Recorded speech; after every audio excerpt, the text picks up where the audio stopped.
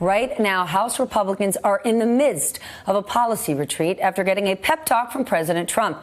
He kicked off the get-together by attacking his two favorite targets. Listen. It's the Democrats and it's the media. We're fighting two battles. The Democrats and the media. It's as if they're one, because they are one. They're working together, they're colluding, and they're obstructing. It is a theme the president went back to all week long, slamming the media for the way it covered headlines that he himself created. Everything from John Bolton's dismissal to NOAA's warnings about Hurricane Dorian.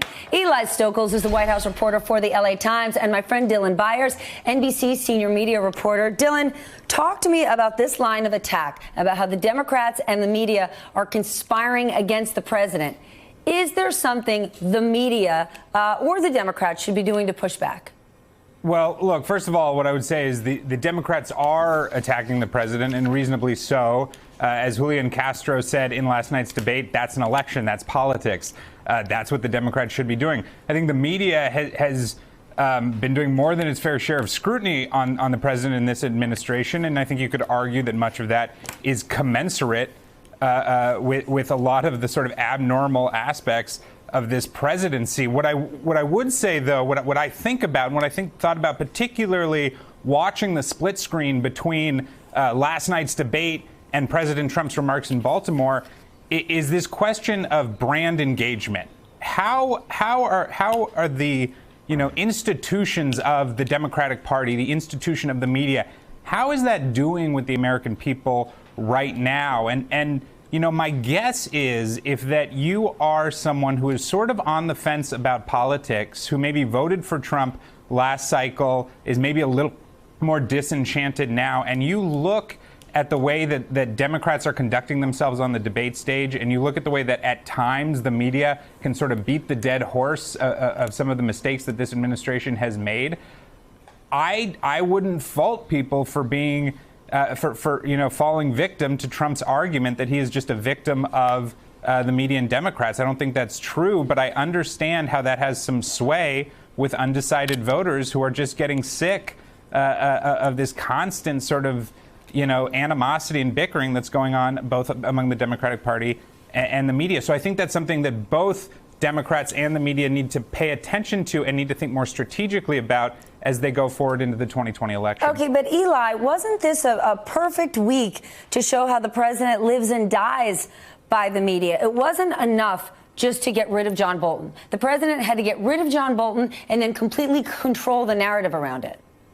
Well, right. And when the president, he needs the media, he needs Democrats, he needs these enemies because he needs excuses. He needs to tell his voters why he hasn't gotten things done. And he needs to say that people are conspiring against him. This is a president and a candidate who's always really tapped into that paranoid streak in American politics. And the next 14 months or so are going to be no different. In terms of the coverage and the Bolton narrative, you're exactly right, Steph. I mean, this week you had the president come out yesterday and basically say, oh, there are 15 people now who want it, not 5, 15 people who want it. It's because it's so fun to work for Donald Trump. That is another reaction explicitly to a media story, to the media reports about the fact that this is a president who's hard to work for. This guy is always reflecting the coverage and reacting to the coverage and then holding up the coverage as evidence of some sort of conspiracy. Then, Dylan, what do? You're saying that the media needs to be more strategic. They're obsessing over every single thing the president says. This is the president of the United States who on 9/11 is tweeting 18 times, I think only 3 times, even about September 11th. Well, how are we supposed to handle that? No, I think you're absolutely right. And again, I go back to this. There's so many abnormal aspects to this presidency.